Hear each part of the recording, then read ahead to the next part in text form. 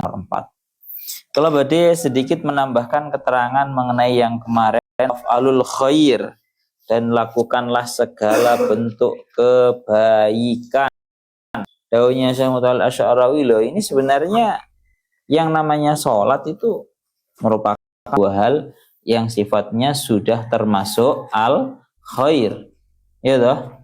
Sholat itu termasuk daripada al khair, hanya saja sholat disebut secara sendiri karena untuk menunjukkan betapa pentingnya yang namanya sholat. Itu yang pertama. Ya Allah ya Rabbi ya Karim, karena yang namanya sholat tengriki lakin ja'at ma'as salati ala sabilil ijmal, yanna ma la yatim wajib illa bi fa wajibun fal khairu idzan kalimatun jami'atun likulli ma tu'attihi wal manahij min khairil mujtama' lianna al manhaj ma ja'a illa liyunaddima harakatal hayat tandiman yata'awan wa yatasanadu la yata'anat fa in ja'al amru ala hadis sa'ida al mujtama' bi asrihi al mujtama'u bi asrihi. Tangriki yang dikatakan intine yang namanya al khair, sebuah kebaikan, adalah sebuah kalimat yang sifatnya mengumpulkan kepada segala sesuatu yang menjadi rutinitas manhaj dari sebaik-baiknya mujtama. Artinya ya nopo? Al khair itu intinya adalah sebuah manhaj, sebuah peraturan tertentu yang mana manhaj ini datang tidak lain tidak bukan tujuannya agar membuat kehidupan ini lebih teratur, ya. Yang mana dengan manhaj ini kehidupan ini lebih teratur, maka otomatis ini merupakan sebuah kehidupan yang sangat didambakan, merupakan sebuah kehidupan yang sangat bahagia. Bahasannya beliau melanjutkan, maka adanya sebuah peraturan itu memang bisa dianggap yang namanya peraturan itu mengekang. Ngaten nggih bahasane, itu mengekang kepada dirimu. Walatan sa'anal manhaj hina yudayyiqu 'alaika wa yuqayyidu harakataka yaf'alu dzalika li salihika anta. Dia harus memahami bahwa yang namanya sebuah peraturan, katakan dalam hal ini adalah manhajnya agama Islam, peraturan-peraturan yang ada dalam agama Islam. Memang benar, yang namanya sebuah peraturan itu sifatnya sangat mengekang terhadap kita dan membatasi terhadap kebebasan pergerakan kehidupan kita. Akan tetapi hal itu terjadi tidak lain tidak bukan justru untuk kemaslahatan diri kita sendiri. Ono awak dhewe niku dikekang dengan peraturan-peraturan agama Islam. Ono awak dhewe itu pergerakan kehidupan kita dibatasi dan diatur oleh peraturan dan manhaj agama Islam, tidak lain tidak bukan adalah untuk kemaslahatan diri kita sendiri. Mulane bahasane beliau tengriki lanjut taunya wa antal mustafidu min taqidil harakah. Justru kamulah yang mengambil manfaat, yang mengambil faedah daripada takyidil harakah atau dibatasinya, dikekangnya pergerakan kehidupanmu dengan aturan-aturan syariat agama Islam. Napa kok bisa seperti itu? Li'anna rabbaka qayyada harakataka wa dzalika hatta la tulhika asyarra bil akhirin. Karena Allah Ta'ala itu ingin menghendaki, membatasi, memperkecil pergerakan kehidupanmu agar diri kamu tidak melakukan tindakan buruk kepada orang lain. Karena kan bahasa alul khair, tujuannya agar pergerakan kehidupan kamu itu tidak lepas kontrol, ya, sehingga pergerakannya terbatasi dan kamu itu otomatis melakukan tindakan buruk kepada orang lain, di uangnya orang lain, tidak mengzinai orang lain, tidak membunuh, tidak mencuri.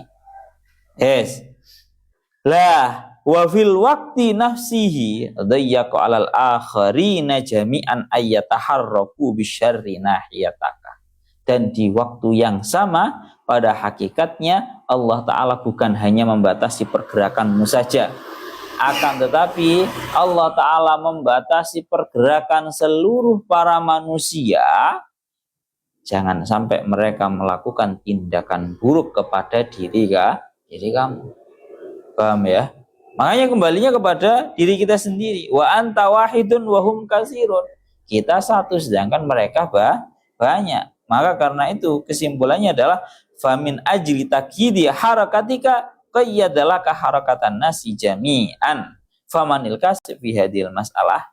Dawuhnya beliau, oleh karena itu, tatkala Allah Ta'ala membatasi pergerakan kehidupan kamu dengan aturan-aturan syariat, maka di waktu itu pula Allah Ta'ala membatasi seluruh pergerakan manusia dari diri kamu. Beliau lebih mencontohkan seperti ini. Satu contoh mohon, urusan masalah mencuri.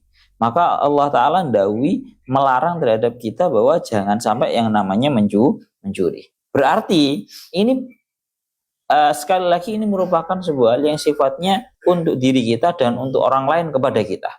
Contoh, ucapan syariat, ucapan Allah Ta'ala terhadap kita bahwa la tasrik, jangan sampai ada yang mencuri. Maka wa anta wahidun, dalam keadaan kita satu, kita jangan sampai mencuri terhadap hartanya orang lain. Wa qala linnasi jami'an la tasriku minhu, dan seolah-olah Allah Ta'ala itu mengucapkan kepada seluruh para manusia, janganlah kamu semua para manusia mencuri hartanya seseorang ini. Ya. Wa qala laka hudda basaraka an maharimil ghair. Ya wa anta wahidun wa qala likulli ghairin huddu absarakum maharim fulan.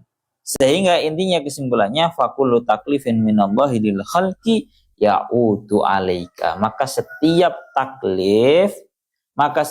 taklif itu tidak lain tidak bukan yang diberikan oleh Allah Ta'ala kepada makhluk, itu kembalinya kemaslahatannya kepada diri kita sendiri. Anu lebak niku maknane waf'alul khair. Karena secara konsep kehidupannya alladzi la ya'ti minhu fasadun abadan, lakukanlah sebuah kebaikan yang mana tidak mungkin terjadi sebuah kerusakan kalau semuanya sudah melakukan kebaikan tersebut. Wa madamatil harakatu sadiratan an muradil hawa, ya, fa in hatasasanadu wa ta'tawan. Fa in kana laka hawan wa li ghairika hawan tasadamat al ahwa wa ta'anatat. Ini loh bahasanya. Tahunya beliau, andaikan setiap dari kita itu tidak diperintahkan, tidak dibatasi pergerakan kehidupannya, niscaya yang ada adalah setiap dari kita, saya pun, saya memiliki hawa nafsu, otomatis saya akan, kalau tidak terbatasi oleh sebuah peraturan atau manhaj Islam, ya, kita akan melakukan apapun yang diinginkan oleh nafsu. Maka sama, seluruh para manusia pun juga memiliki hawa nafsu. Kalau tidak dibatasi oleh harokat dan tidak dibatasi oleh sebuah peraturan syariat, niscaya semua para manusia pun juga akan melakukan sebuah hal yang diingini oleh hawa nafsu mereka kepada diri kita. Bahasanya ngoten. Oleh karena itu kita diperintahkan dengan yang namanya waf'alu al khair, lakukanlah sebuah kebaikan. Apa itu kebaikan? Kullu ma ta'mur bi at-takalif al manhajiyah asyariyah minal haqqi tabaraka wa ta'ala. Sebuah kebaikan itu maksudnya semua taklif yang diperintahkan oleh syariat-syariat kita dari Allah Ta'ala. La'allakum tuflihun, ini sedikit mawon keterangannya. La'allakum tuflihun, agar kalian semua itu menjadi orang yang, agar kalian semua itu beruntung. Falah itu orang yang, falah itu beruntung, sebuah keberuntungan. Keberuntungan, yakni keberuntungan di dunia dan di akhirat. Wongku pokoknya wis irka'u wasjudu, dekne gelem nglakoni sing jenenge salat pertama. Yang nomor 2, wa'budu rabbakum, dia mengesahkan menyembah terhadap Tuhan. Yang nomor 3, dia mau melakukan segala tindakan kebaikan. Ya. Maka kalau seperti itu, harapan besarnya dia adalah menjadi orang yang beruntung. Dia menjadi orang yang bahagia. Maka sekali lagi kalau kita tegaskan, beruntung dan bahagia di dunia dan akhirat, ini sama sekali tidak ada sangkut pautnya dengan urusan duit-duit sing akeh utawa ora. Tapi la'allakum tuflihun, menjadi orang yang beruntung di dalam versi Al-Qur'annya adalah kamu mendirikan sholat, kamu menyembah terhadap Allah Ta'ala, dan kamu melakukan segala tindakan kebaikan. Itulah yang membuat diri kamu tuflihun, menjadi orang yang beruntung. Jadi orang delok masalah duit, Pak, tapi delok masalah sholatmu, imanmu, dan kamu melakukan segala tindakan baik. Pun niku ngoten. La'allakum tuflihun.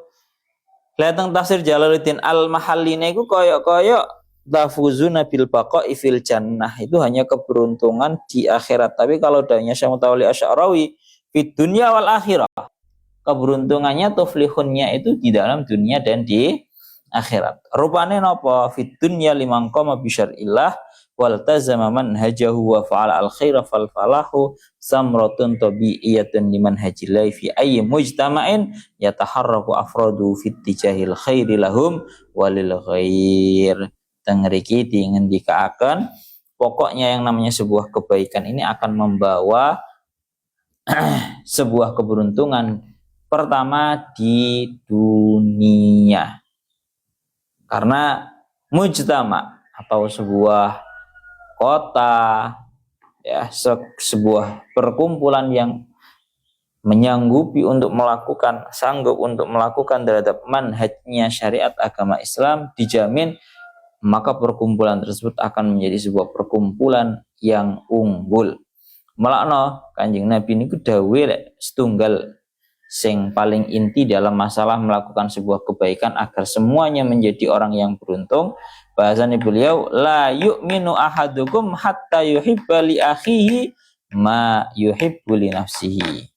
Sedang iki ngendikaken, tidaklah iman salah satu dari kalian semua sampai kalian semua itu menyenangi, melakukan suatu hal kepada saudara kalian, sebuah hal tersebut suka untuk dilakukan kepada diri kalian.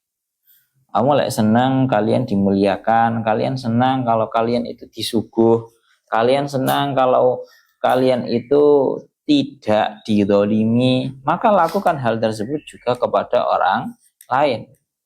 Adalah. Pun ya Allah ya Rabbihu ya Karim. Pun nggih niku masalah waf'alul khair la'allakum tuflihun. Samangke kita masuk ke ayat yang 78. Wajahidu fillahi haqqa jihadi. Ini yang nomor 4. Aqsamul ma'mur bihi yang nomor 4. Taunya Imam Fakhruddin Ar-Razi. Sekarang kita membahas wajahidu fillahi haqqa jihadi. Dan berjihadlah kalian semua di dalam jalannya Allah, artinya untuk menegakkan agamanya Allah dengan bersungguh-sungguhnya jihad, haqqa jihadi. Maka tengeriki dingendikaken, ya Allah ya Rabbihu ya Karim wajahidu fillahi haqqa jihadi. Nah, jihad sing tenanan. Maknanya jihad itu apa sih? Nggih bolak-balik. Ini biar kita tidak salah tafsir ya. Jahidu fillahi haqqa jihadi, wes langsung seperti yang didengendikaken oleh Syekh As-Sawi teng niku sarai teng Hasyiah Sawi ini. Sebenarnya semuanya sama teng tafsir Fakhruddin Ar-Razi, teng tafsirnya Syekh Mutawalli Asy'arawi, dan semuanya sama. Intinya jihad itu adalah memerangi. Jihad niku napa manane? Memerangi. Memerangi siapa? Ya jelas memerangi musuh. Musuh yang bagaimana? Ai a'da'akum ad-dhahiriyah wal batiniyah, yakni memerangi musuh-musuh kamu yang zahir, yang nampak, dan musuh-musuh kamu yang sebangsa batin. Jihad niku makna secara globalnya bisa dimaknani memerangi. Ada bisa dimaknani jahada yujahidu mujahadatan. Itu maknanya iso yo nemen-nemeni. Tapi dalam hal ini jihad ini lebih identik dimaknai sebagai napa? Memerangi. Memerangi kure ana loro, memerangi musuh yang sebangsa zahir dan memerangi musuh yang sebangsa batin. Memerangi musuh yang sebangsa. Dohir itu siapa? Musuh sing dohir itu rupane orang-orang kafir yang membawa kesesatan dan mengajak kepada kekufuran mereka. Ya perang tenanan, ya, memusuhi terhadap semisal Israel, memusuhi terhadap Amerika yang tanda kutipnya menampakkan permusuhan mereka terhadap agama Islam. Kita musuhi, kita perangi. Dan ini sama sekali tidak dianggap sebagai sebuah kekejaman. Karena ini rangkanya tidak lain tidak bukan adalah untuk melindungi diri sendiri. Melindungi agama, melindungi sebuah negara, melindungi sebuah kedaulatan agama Islam. Ini jenenge jihad yang memerangi terhadap al-a'da al-dhahiriyah. Tadi anjen perang tenanan, musuhi tenanan nggih.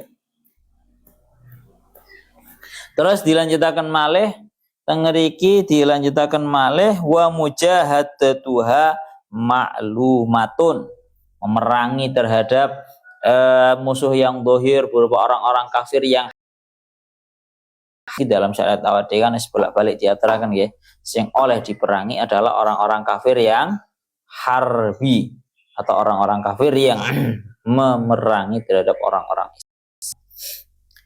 Memeranginya juga maklum ya, memang benar-benar kita itu memerangi terhadap mereka. Yang pertama, wa yusamma al-jihadal ashar, ini disebut dengan peperangan kecil. Kalau dilanjutkan tengeri dawuhnya Syekh Mutawalli Asy'arawi, beliau dawuh andaikan ya Allah ya Rabbihu ya Karim, andaikan yang namanya jihad itu sudah jihad yang dengan benar-benar perang loh ya, dengan benar-benar perang, wajahat kalimatul jihad ammatan litashmulakul anwa'il jihad. Ngeri kita ngendikaken fa idza ma asmar al jihad samratahu wa tughallibuna alal kufri falam ya'tunaka kufarun aw khallu tariqata da'watina wa tarakuna wa habba ayyashu fi biladina ahla dimatin fala ya idzan lil qital. Kalau sejatinya perang menggunakan mengangkat yang namanya pedang, mengangkat yang namanya senjata itu sudah tidak dibutuhkan.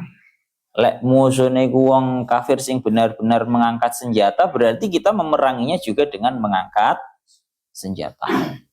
Kalau musuhnya adalah orang-orang kafir yang tidak mengangkat senjata, tapi mereka tanda kutipnya selalu memerangi kita melalui pikiran, bahasane orang-orang sekarang itu namanya ghazwatul fikri atau peperangan secara rasional, perang pikiran. Mereka kan selalu menuduhkan bahwa agama Islam itu adalah agama yang dibesarkan dengan mengangkat senjata, bahwa agama Islam itu agama teroris, bahwa agama Islam itu agama kekerasan, bahwa agama Islam itu merupakan agama yang tidak menyetarakan gender. Ini namanya adalah sebuah ghazwatul fikri atau peperangan yang disebut dengan peperangan secara pikiran. Maka sama, kita perangi juga yang namanya ghazwatul fikri, peperangan pikiran ini kita perangi dengan yang namanya hujjah, dengan yang namanya dalil-dalil dari Al-Quran dan juga hadisnya. Kita perangi, kita tunjukkan, kita lawan rasionalitas mereka yang ngawur. Itu yang nomor 2. Yang nomor 3, yang terakhir adalah wal batiniyah. Kita memerangi terhadap musuh kita yang batin. Rupane napa? An-nafsu wal hawa wasyaiton. Hawa nafsu dan juga syaiton. Cara bahasane teng Burdae, wa khalifin nafsa wasyaitona wa sihima wa inhuma mahadzakan nushafat tahimi. Lawanlah hawa nafsu dan juga syaitan yang ada pada diri kamu. Dan andaikan tiba-tiba yang namanya syaitan dan juga hawa nafsu itu seolah-olah menasehati kamu, wa in huma mahadzakan nushafat tahimi, perlu kamu curigai. Ada anak setan kok gayane kok memberikan nasihat. Kamu patut curiga. Karena kadang sing jenenge hawa nafsu, sing jenenge setan itu pinter. Setan itu tidak murni hanya mengajak kepada sebuah keburukan dengan hal yang buruk. Tapi setan juga mengajak kepada keburukan dengan cara sebuah hal yang seolah-olah itu terlihat baik. Ya. Contoh gampangan yang ngomong, bahasa kasar ngomong, umpama ya, ini contoh mudah mawon. Biasane awak dhewe enak-enak tenang mondok, wong tua yo nang omah yo ngizini awak dhewe mondok. Moro-moro tiba-tiba awak dhewe mendapatkan bisikan dari setan dan juga nasihat baik. Lapo lo awakmu iku mondok barang. Boyong wae, mulih nang omah ngrewangi wong tuwa. Wah, iki nek dirungokne kaya-kaya sebuah nasihat yang sangat baik. Ya toh? Wis talah, gak usah mondok, saken wong tuamu. Mulya wae. Barang mulai temen biasane ya ora mondok akhire nang orang rewangi wong tuwa. Jadi sing jenenge setan itu ya itu tadi wa nusha fat tahim. Kadang sing jenenge setan itu oleh menjatuhkan kepada kita itu dengan cara yang kelihatannya itu merupakan sebuah nasihat. Ya Allah ya Rabbi ya Karim, bagaimana memerangi terhadap hawa nafsu dan ya syaitan wa mujahadatuha al-imtina'u min syahwatiha syai'an fa syai'an. Kita memerangi terhadap hawa nafsu dan juga syaitan dengan mencegah diri daripada hawa nafsu sedikit demi sedikit. Wa yusamma al-jihad akbar, ini dinamakan dengan jihad akbar, jihad yang jadi jihad itu wajahidu fillahi haqqa jihadi, dan yang kalian semua itu benar-benar berjihad di dalam jalannya Allah dengan sungguh-sungguhnya jihad. Ini jihad akbar, ada kalanya jihad ashor. Ya, kalau kita ya Allah kondisi yang tenang seperti ini tidak sedang memusuhi terhadap orang kafir. Mungkin kalau pada zaman dahulu para pendahulu kita, para pejuang-pejuang kita, para pahlawan-pahlawan kita, beliau melakukan yang namanya jihad azhar, berupa beliau benar-benar berperang dengan mengangkat pada bambu runcingnya untuk mengusir orang-orang kafir yang sedang menjajah terhadap negara Indonesia. Ini namanya jihad azhar. Tapi diri kita alhamdulillah Indonesia sekarang sudah merdeka, tidak mengalami sebuah penjajahan, maka PR-nya ada dua. Yang pertama ghazwatul fikri, memerangi pemikiran-pemikiran yang melenceng. Saiki wakeh pemikiran-pemikiran sing aneh-aneh. Yang nomor satu, yang nomor dua yaitu ghazwatun nafsi wasyaitan, memerangi terhadap hawa nafsu dan juga syaitan, yang mana ini dinamakan dengan jihadul akbar. Ya, dinamakan dengan jihadul akbar. Oleh karena itu, ya Allah ya Rabbi ya Karim, kenapa sih dengeriki akan kalian Syekh Mutawalli Asy'arawi dawuhnya Allah Ta'ala apa? Kok ada kata-kata hakko jihadi? Hendaknya kalian semua berjihadlah kalian semua di dalam jalannya Allah atau karena Allah dengan sesungguh-sungguhnya jihad. Karena akan ada orang-orang yang jihad itu tujuannya bukan karena Allah Ta'ala. Kenapa? Bukan karena Allah Ta'ala. Seperti yang dilakukan oleh beliau, banyak sekali daripada orang-orang yang melakukan sebuah peperangan itu tujuannya terkadang biar dia itu tidak dipaitu-paitu. Kon nyapo kok orang melok, kon nyapo kok melok jihad? Iya, aku lek ora melok perang aku seneni tangga-tanggaku aku. Atau semisal dia mengikuti sebuah peperangan tapi tujuannya itu bukan Allah, tapi tujuannya agar dia itu viral. Tujuannya dia itu agar menjadi sosok yang dikenal sebagai pemberani. Dia berperang tujuannya agar dia itu mendapatkan ghanimah atau harta jarahan yang banyak. Ya. Atau karena ya Allah ya Rabbi ya Karim, dia berperang karena kebetulan ada daripada golongannya orang-orang kafir itu yang menjadi musuh dia, mangkel dia nih, kepingin balas dendam. Maka ini adalah tujuan-tujuan perang yang membuat kalimat jihad itu menjadi tidak mulia, yang membuat kalimat jihad itu tidak karena Allah Ta'ala. Mana tatkala Kanjeng Nabi ditanya, "Ya Rasulullah, ar-rajulu yuqatilu lil maghnam, war-rajulu yuqatilu liyudhkar, war-rajulu yuqatilu liyuramakanu. Faman fi sabilillah." Kanjeng Nabi ditangleti. Wahai Kanjeng Nabi, banyak orang-orang yang berperang agar dia itu mendapatkan harta jarahan, agar dia itu mendapatkan keviralan, agar dia itu disebut sebagai orang yang pemberani, agar dia itu memiliki tujuan-tujuan yang lain. Oleh karena itu, siapa ya Rasulullah orang yang berperang dan mendapatkan julukan fisabilillah? Faqala Rasulullah sallallahu alaihi wasallam, "Man qatala litakuna kalimatullahi hiyal ulya bahwa fisabilillah." Barang siapa yang memerangi dengan tujuan untuk meninggikan agamanya Allah Ta'ala, maka dialah yang menjadi fisabilillah.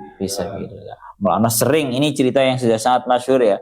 Sayyidina Ali dulu pernah mengalami sebuah peperangan yang pada waktu itu peperangan itu Sayyidina Ali sudah menaklukkan satu orang kafir. Dalam keadaan Sayyidina Ali sudah menaiki punggungnya. Napa? Sudah menaiki punggungnya, bukan punggung, sudah menaiki dadanya. Posisinya wis dilunggui, Pak. Dodone kene iki wis dilunggui. Tatkala Sayyidina Ali hendak menghunuskan pedangnya, maka si orang kafir ini kemudian meludahi Sayyidina Ali. Cara bahasa sarana. Sayyidina Ali diido. Iku lek awak dhewe jangkrik kakatene mateni malah diido. Diidone ya mesisan iku lek awak dhewe. Tapi Sayyidina Ali tatkala beliau itu diidoni, maka beliau langsung berdiri dan kemudian meninggalkan si orang kafir yang telah meludahi Sayyidina Ali. Kemudian Sayyidina Ali ditanya, "Kenapa wahai Sayyidina Ali? Kok engkau yang sudah menghunuskan, hampir saja menancapkan pedangmu kepada orang tersebut, dan kemudian engkau diludahi, bukannya kok malah membunuhnya, malah engkau tinggalkan?" Dawuhnya Sayyidina Ali, "Iya, karena tatkala aku pertama kali ingin menghunuskan pedangku, menancapkan pedangku itu karena Allah Ta'ala. Tapi kemudian dia meludahi diriku, aku khawatir kalau aku tetap menusukkan pedangku kepada dirinya, aku khawatir itu bukan karena Allah Ta'ala, akan tetapi karena hawa nafsu, pembalasan." Ya Pak, ini Sayyidina Ali oleh perang, wajahidu fillahi haqqa jihad, tulus tenan, bahkan tidak mau perang atas dasar sebuah kemarahan ingin membalaskan dendam, gak mau. Iya, abot tenan nih ya. Niku arti daripada wajahidu fillahi haqqa jihadi. Bon, Masya Allah, ya Allah ya Rabbi ya Karim. Para sahabat itu lek bahas sing jihad peperangan niku Masya Allah koyok dene lek di ibarat nih, lek di ibarat nih kegemaran sahabat mendapatkan panggilan jihad itu, kalau boleh saya mengumpamakan itu sebenarnya kita tatkala mendengarkan yang namanya ada makanan gratis atau ada diskonan. Awak dhewe lek ana diskonan, awak dhewe lek ana panganan gratis, wah iku seneng marang ngono melayu. Deloken mall-mall dibuka dalam keadaan banyak diskonan. Oh, orang dengan begitu antusiasnya. Maka seperti itulah gambarannya para sahabat pada zaman dahulu tatkala mendapatkan panggilan jihad. Karena para sahabat merasa dengan jihad itu merupakan sebuah kemuliaan. Umpama aku menang berarti mendapatkan kemuliaan agama Islam yang semakin tinggi, dan andaikan kalah mati niscaya akan mendapatkan ganjarannya mati syahid. Ini yang dilakukan oleh orang-orang Islam. Mulanya abine kan sering dawuh lek urusan Palestina nih. Nah, ya orang Islam yang ada di Palestina itu dalam kondisi perang itu menang kalah bangga menang. Sakwali orang-orang kafir. Orang-orang kafir menang kalah bangga kalah. Pun niku ngoten ya. Banyak sekali cerita-ceritanya para sahabat yang tanda kutipnya saking senenge ketika mendengarkan panggilan perang, panggilan jihad, itu rela meninggalkan segala-galanya. Wah, itu lebih lengkapnya banyak. Kalau dia yang didawahkan oleh Syekh Mutawalli Asy'arawi, ada seorang pemuda, seorang sahabi, seorang sahabat yang tatkala mendengarkan dawuhnya Kanjeng Nabi tentang pahalanya seorang syahid, dalam keadaan di mulutnya ini masih menikmati sebuah kurma. Satu buah kurma dan di tangannya ada beberapa kurma. Mendengarkan Kanjeng Nabi itu menceritakan dan dawahkan tentang masalah syahid, bahwa ya Rasulullah, alaisa baini wa bainal jannati illa an uqtala fi sabilillah. Wahai Rasulullah, apakah di antara diriku dan juga di antara surga itu tidak ada jarak kecuali dengan cara aku dibunuh di dalam jalannya Allah? Maka Kanjeng Nabi dawuh, na'am, ya. Fa'alqa at-tamrata min fihi wa kharaja li tawahhin ilal jihad li'annahu wasikun tamama sikati annama sayadhabu ilaihi bi syahadati khairan mimma tarak. Langsung kurmone sing lagi dinikmati tadi langsung diguak, langsung budal. Ada bahkan yang satu ceritanya para sahabat yang Masya Allah rela meninggalkan malam pertamanya untuk melakukan yang namanya jihad, untuk memenuhi panggilan jihad. Sahabat sapa sih asmone lali aku. Besok insya Allah kita kita terangkan lagi perihal itu. Jadi ada seorang sahabat yang beliau itu ora rabi-rabi karena nggak ada yang mau, joro bahasa kasar. Sekali ada yang mau karena dawuh dari Kanjeng Nabi, itu pun di malam pertama tiba-tiba mendengarkan panggilan untuk jihad, langsung ditinggalkan itu istrinya. Besok insya Allah saya ceritakan lagi itu namanya, ya Allah, sahabat siapa ya? Kesuwen iki ya si akeh. Nggih, sahabat Julaibib lali ya jenenge. Pun niku benjing ceritanya lebih lengkap. Tuh Masya Allah, Julaibib itu ceritanya sangat-sangat sedih sekali. Saya ceritakan ringkas mohon gitu, biar sampean itu tahu. Jadi ada seorang sahabat namanya Julaibib. Julaibib itu rojulun damimun. Julaibib itu merupakan seorang sahabat yang nyuwun sewu bahasa kasar ngomong cili ireng elek pisan. Gak duwe apapun, sama sekali tidak memiliki yang namanya harta. Dari segi haliyahnya, dari segi duniawi orang enek sing iso didelok. Cili ireng elek melarat pisan. Itu dingendikaaken Julaibib itu hidup di kalangan para sahabat dalam keadaan tidak satu pun daripada mereka yang mengenal. Akan tetapi hanya Rasulullah yang mengenal secara baik, mengenal orangnya juga mengenal namanya. Julaibib itu kalau duduk bareng sahabat itu duduk dalam keadaan tidak ada yang memperhatikan, tidak ada yang mengguraukan, tidak ada yang menghiraukan sama sekali. Hingga datang waktu di mana Rasulullah menanya kepada Julaibib, ya Julaibib, alam tatazawwaj? Julaibib, kamu gak rabi dah? Julaibib ya menjawab dengan bahasa yang sadar diri dan putus asa. Bahasa kasarane ngomong ngoten lah. Bahasa kasarane ngomong, sinten lho ya Rasulullah sing purun rabi kali kula. Wes. Aneh. Habis itu bertemu lagi Rasulullah dan juga sahabat Julaibib ini. Ditanyai lagi, Julaibib, alam tatazawwaj, kamu gak rapi dah? Wahai Julaibib. Sami mawon jawabnya. Sinten lo ya Rasulullah sing purun kaleku kula niki ya cilik ireng elek melarat pisan. Sinten sing purun kaleku. Akhirnya untuk bertemu yang ketiga kalinya Rasulullah berkata, ya Julaibib, alam tatazawwaj.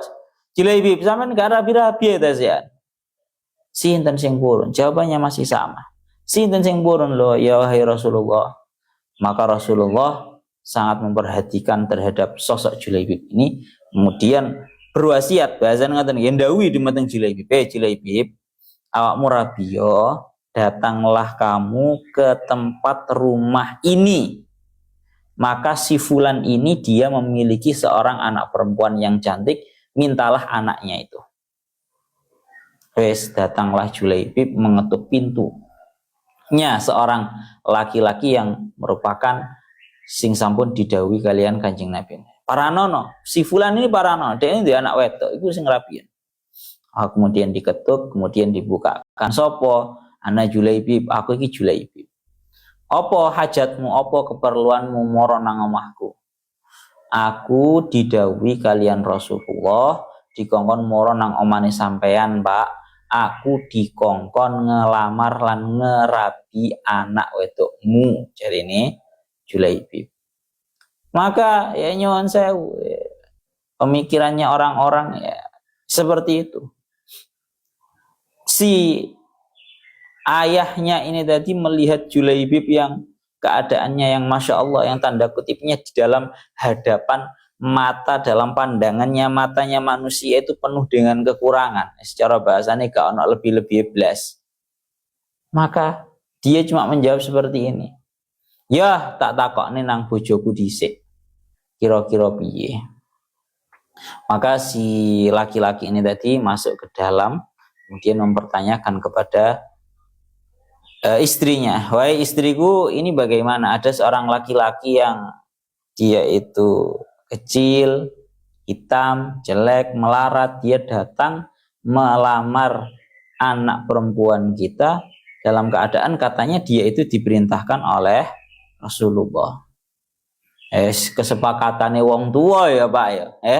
Kesepakatannya wong tua. Alah, mboten usah apa-apa. Apa yo gelem mantu model kaya ngono. Ora enek api-api blas. Cilik, ireng, elek, melarat pisan. Gak usah, Pak. Ditolak kemudian sama si ayahnya tadi. Mendengar penolakan ini ya si Julaibib merasa sangat sedih. Tapi kemudian ternyata rupanya putri perempuannya itu sudah mendengarkan perbincangan semuanya dari awal. Hingga kemudian perempuannya itu berkata bahwa, wahai orang tuaku, tidak mungkin, demi Allah, tidak mungkin, tidak layak, tidak pantas bagi kita menolak seseorang yang sudah diperintahkan oleh Rasulullah untuk melamarku, kemudian kita semua menolak lamaran tersebut. Ini merupakan seorang perempuan yang tanda kutipnya ya solihah lah, bahasa kasar ngomong. Boten pantes lho Pak, Bu, awak dhewe niku nolak lamarane tiyang jaler sing jenenge Julaibib, yang mana beliau itu yang memerintahkan adalah langsung Rasulullah. Boten pantes. Pun pokoke jadi anak wedok yang pokoknya piye-piye kula keranten niki merupakan perintahnya Rasulullah. Yes. Akhirnya tiang istri ini anak wedok mang menerima lamarannya karena sing jenenge wong wedok ya iki kaedahe iling-ilingan sing wani nentang nang wong tuwa dalam urusan masalah perjodohan ini ya mek anak wedok. Lah anak lanang gak tapi wani biasa. Ditentang wis pokoke mboten Pak, piye-piye wajib diterima. Ngawur ae sampean. Iki mono tiang jaler dengan segala kekurangannya tapi dek niki sing ngutus niku Kanjeng Nabi. Wes akhirnya diterimalah, kemudian Masya Allah mantune diterima lamaran dan kemudian langsung nikah di hari itu juga, di waktu malam pertama. Tatkala seorang Julaibib yang sudah tanda kutipnya sudah lama menantikan sebuah yang namanya sebuah malam pertama ini, tiba-tiba tatkala Julaibib sedang bersamaan dengan istrinya di kamarnya, belum melakukan apapun, tiba-tiba Julaibib mendengar panggilan jihad. Ayo, semuanya dipanggil. Ayo sekarang kita ada tugas yang namanya tugas jihad, tugas perang. Julaibib dengan gagahnya, dengan tegasnya, tatkala mendengarkan panggilan jihad langsung keluar dari kamarnya dan juga meninggalkan istri barunya dan tidak melakukan terhadap yang namanya malam pertama. Langsung Pak budal sing jenenge perang. Barang perang tenanan, marang wonten sudah selesai perangnya, semua sahabat didhawuhi kalian Kanjeng Nabi, ayo golek ana teko para sahabat sing melok perang iki, sing mati sapa wae. Kabeh wis ngomong, sampun Kanjeng Nabi, niki sampun, tiang niki sedanten sampun. Namung niki mawon, orang ini saja yang meninggal. Tiba-tiba Rasulullah ingat, mana Julaibib? Mana Julaibib ya? Aku nggak ketinggal. Maka para sahabat ini nyuwun sewu bolak-balik kula aturaken ya. Sahabatnya sama sekali nggak begitu kenal dengan yang namanya Julaibib. Hanya yang kenal secara baik dan memperhatikan itu hanya Rasulullah. Endi Julaibib, aku kok gak katok dekne iku mara nang aku sak marine peperang. Digolek tenan, innalillahi wa inna ilaihi rajiun. Ternyata Julaibib itu adalah menjadi orang yang meninggal syahid di medan peperangan. Dawuhnya para ulama, ternyata Julaibib lebih dicintai oleh bidadari surga yang telah menjemputnya tatkala peperangan. Lebih dicintai oleh bidadari surga daripada cintanya istrinya sendiri. Ini sosok Julaibib. Wes, kalau intine mek iku mang. Jadi panggilan jihad di telinganya para sahabat iku lebih menyenangkan daripada panggilannya awak dhewe tatkala nang mall ada panggilan apa bahasane flash sale, diskonan, atau bahkan lek awak dhewe sing lagi rame konsere bintang-bintang apa jenenge artis-artis luar negeri luwih nyenengno daripada itu. Pun itu panggilan jihad yang jihadil asghar. Pun kalau lanjutaken malih. Ya Allah ya Rabbi ya Karim wajahidu fillahi haqqa jihadi. yakni bistifrohi taqati fihi, yakni dengan cara menyelesaikan segala kemampuan yang ada di dalamnya. Wa nusi wa nasbu haqqo alal masdar. Jadi haqqo jihadi itu dinasabkan karena noboh menjadi masdar maf'ul mutlak, nanten nggih, menjadi maf'ul mutlak. Wajahidu haqqo jihadi. Huwa jatabakum wa ma ja'ala 'alaikum fid dini min haraj wajtabakum ay ikhtarakum lidinihi. Tengeri iki ngendikaken Allah taala telah memilih kalian semua. Ya Allah ya Rabbi ya Karim,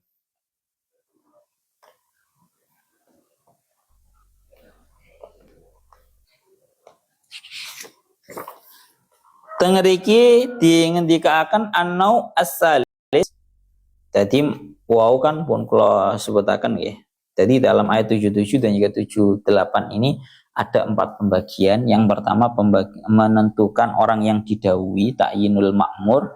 Yang nomor 2 aqsamul ma'muri bi, pembagiannya perkara-perkara yang perintahkan ada 4, yang terakhir tadi perintah untuk jihad.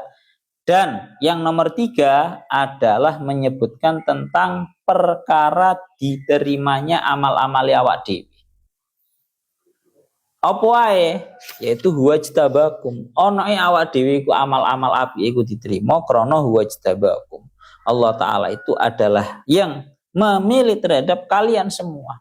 Ono awak dhewe iso ngelakoni barang apik rupani jihad, ngelakoni keapian if'alul khair, ngelakoni salat, itu semua tidak lain tidak bukan karena tabakum. Allah Ta'ala yang memilih. Ikhtarakum lidinihi. Allah Ta'ala adalah zat yang memilih kepada kita semua. Mulanya lek bahasanya teng mriki ai istafakum wa ja'alakum ummatan wasata. Umat Kanjeng Nabi niki merupakan khairul umam. Umat terbaik, generasi umat terbaik adalah umatnya Kanjeng Nabi.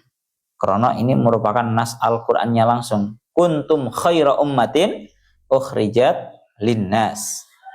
Kuntum ono sapa sira kabeh iku khaira ummatin sak api-apike umat ukhrijat kang den tokake apa umat linnasi maring para manusia. Kamu wahai umatnya Kanjeng Nabi merupakan umat terbaik yang dikeluarkan untuk para manusia. Tadi itu maknanya huwa ijtabakum. Allah Ta'ala adalah zat yang memilih terhadap kalian semua. Ya Allah ya Rabbi ya Karim, ini alasan yang pertama.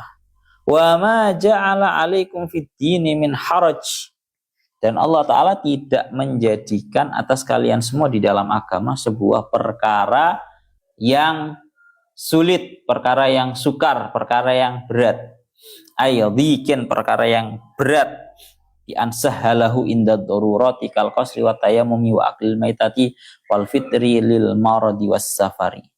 Dengan gambaran Allah Ta'ala itu memudahkan untuk kita semua agama Islam tatkala dalam keadaan darurat, seperti kalau bepergian boleh qashar, kalau sakit boleh tayamum, kalau dalam kondisi darurat boleh makan bangkai, boleh untuk tidak berpuasa dalam kondisi sakit ataupun bepergian. Ini dalam kondisi darurat. Bahkan dalam kondisi normal pun juga sama. Syariat Islam ini, syariat Kanjeng Nabi ini wis diberi banyak keringanan. Rupane apa? Nang mriki dikaaken, ya Allah ya Rabbi ya Karim, Allah Ta'ala menerima taubatnya umatnya Kanjeng Nabi hanya dengan mereka itu mau kembali dan taubat dengan sesungguh-sungguhnya taubat. Lek zaman biyen wong iku lek kepingin taubat iku kudu bunuh diri. Ang ayat Al-Qur'an ini ku, ya Allah teng surat Al-Baqarah ngriku dikaaken walam yaj ngriki teng tafsir As-Sawini walam yaj al taubatum qad la anfusihim. Terus marang nganten, dan banyak dari kita yang tatkala melakukan dosa Allah Ta'ala itu menutupinya dan tidak mempermalukan kita tatkala di dunia. Yang mana ini terjadi pada umat-umat sebelum umatnya Kanjeng Nabi. Umat-umat sebelumnya Kanjeng Nabi ini Pak, lek manten ngelakoni sing jenenge dosa, nang bathuke ana catatan dosane. Atau kalau tidak nang bathuke, iku di pintu rumahnya ada tulisan catatan dosanya. Kok gak ngeri Pak awak dhewe zaman saiki koyo ngono. Jadi aku ya ngeri banget. Sing luwih ngeri umat zaman saiki ngelakoni maksiat ora kok ditutupi, malah dipamer-pamer nih. Malah digawe konten.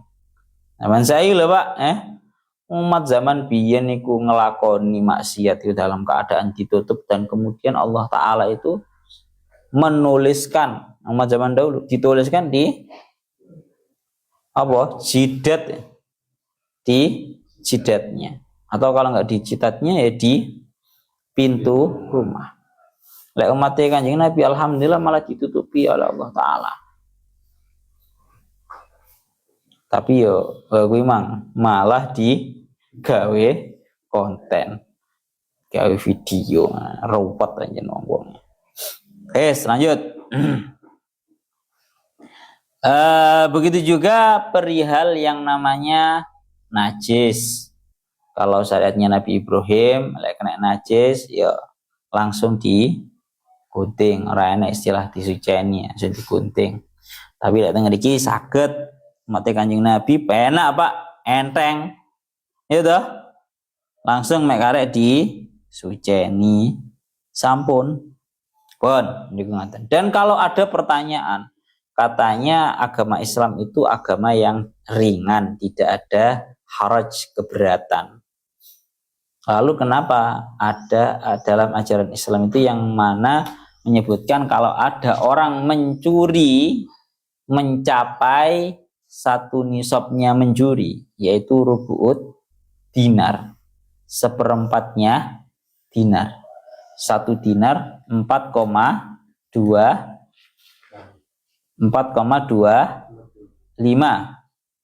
1 dinar itu 4,25 gram emas. Berarti kalau seperempatnya itu ya kurang lebih 1,6.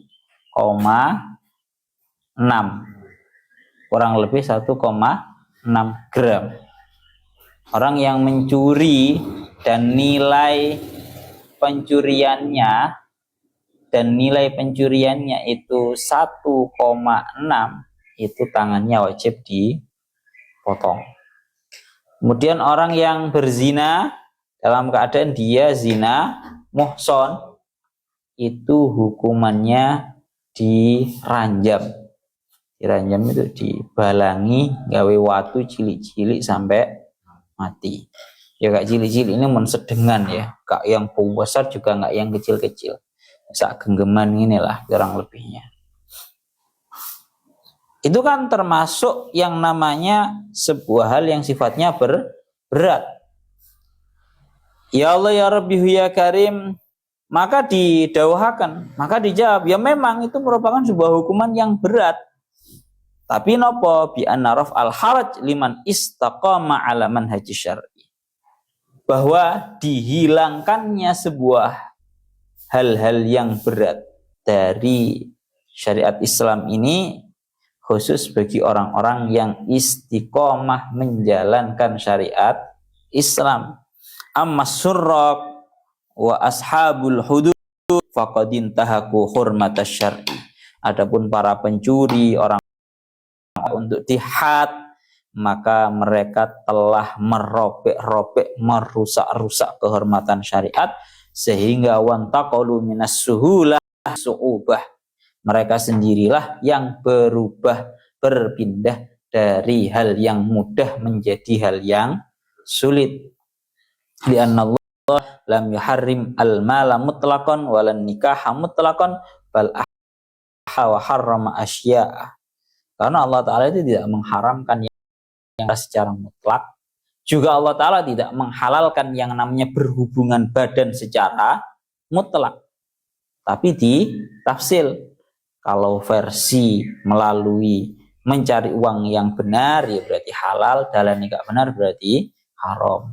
Berhubungan badan dengan tanpa melalui nikah ya berarti haram, kalau dengan cara nikah berarti halal. Sehingga orang yang sudah melewati batasan yang sudah ditentukan oleh Allah, maka tidak ada balasan bagi dia kecuali balasan yang sangat pedih. Wes niku ngoten. Bon, jadi ini alasan Allah Ta'ala menerima terhadap amal-amal baik. Yang pertama huwajtabakum, Allah Ta'ala yang memilih terhadap diri kita semua. Malah akan nikan pun bolak-balik didakwakan. Bahwa suatu ketika Kanjeng Nabi niku dawuh, ya Allah ya Rabbi ya Karim, tidak ada seorang pun yang masuk surga gara-gara amalnya. Kuwi ora enek. Kabeh masuk karena napa? Fadl atau anugerah dari Allah. Pun kita lanjutakan malih millata abikum Ibrahim huwa sammakumul muslimin. Pun iki sak menten mawon ilahuna wallahu a'lam bissawab.